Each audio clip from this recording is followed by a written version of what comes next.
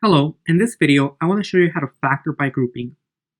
This technique works well when you have four terms, and the idea is to factor out the greatest common factor. Here I have a generic form, AB plus CB, and we can see that they both share a B in common. If I factor out the B, I can rewrite this expression as B multiplied by A plus C.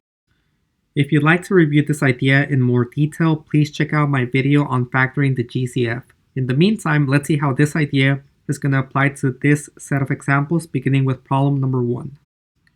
Now, in any factoring problem, the first step is to look for the GCF. What is the greatest common factor between my terms?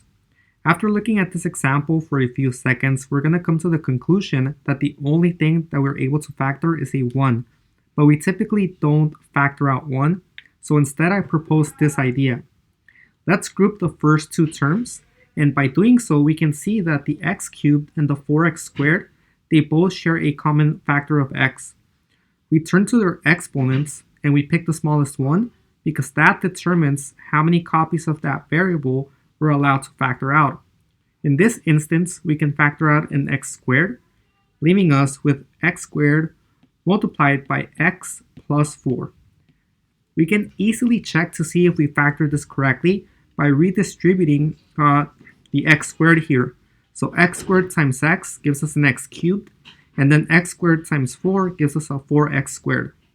We're going to repeat the process with these two terms here at the end, the 3x and the 12. In this case, we can see that the greatest common factor is going to be a positive 3. So let's go ahead and factor out that positive 3. And now, 3x divided by 3, that's simply going to leave us with an x.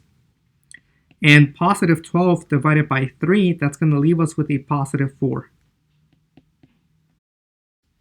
We've managed to write our original expression of 4 terms into an expression of 2 terms. The first term being the x squared multiplied by the x plus 4, and the second term being the 3 multiplied by the x plus 4. The key step in this process is to realize that we can apply factoring out the greatest common factor one more time, noticing that we still have the AB plus CB form. By adding these labels, it should be clear to us that we can factor out this x plus 4 from both terms, since that's what they have in common. In doing so, we can rewrite this expression as x plus 4 multiplied by this x squared plus this 3. And that is the final factorization of the original polynomial. Let's continue to practice with example number 2. So first, I'm going to group the first two terms. And now I'm going to factor out the greatest common factor between 4x squared and x.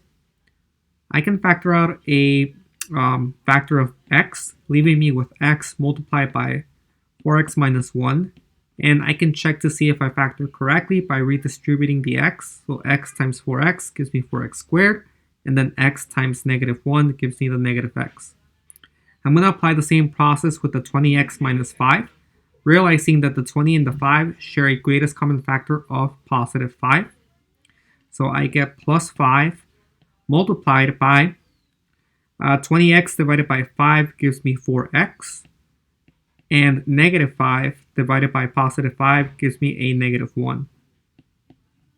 Now I've reduced my original expression of 4 terms into an expression of 2 terms. The first one being the x multiplied by the 4x minus 1, and the second one being the 5 multiplied by the 4x minus 1. So I can factor out a 4x minus 1, since that's what they both have in common, applying the process of GCF one more time. This allows me to rewrite this expression as 4x minus 1 multiplied by the x plus 5. I want to conclude with example number 3. And just like in the previous problems, the first thing that I'm going to do is to group the first two terms together. Now I'm going to factor out the GCF beginning with the coefficients. The 12 and the 9, they share a common factor of, or a greatest common factor of 3, so I can factor out that 3. We also note that they both have an x in common, and we turn to their exponents to see how many copies of that variable we're going to be allowed to factor out. Since 2 is smaller than 3, that tells me that I can factor out a total of x squared. And we have inside of the parentheses, 12 divided by 3 gives us a 4. And then x cubed, or x to the third power, we subtract 2. We're going to have x to the first power, simply x.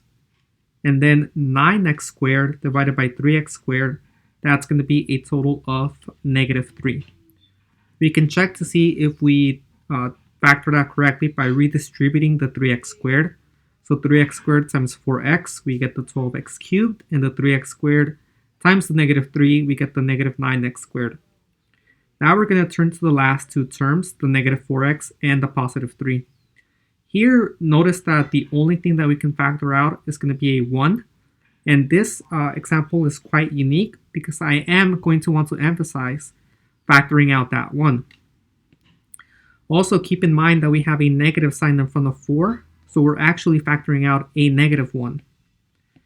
And now, negative 4 divided by negative 1, that's going to give us a positive 4.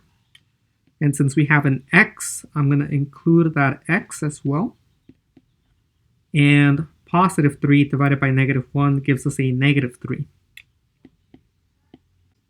Keeping in mind that I've reduced my problem into two terms, the first one being the 3x squared multiplied by the 4x minus 3, and the second one being the negative 1 multiplied by the 4x minus 3, I can apply factoring out the GCF one more time.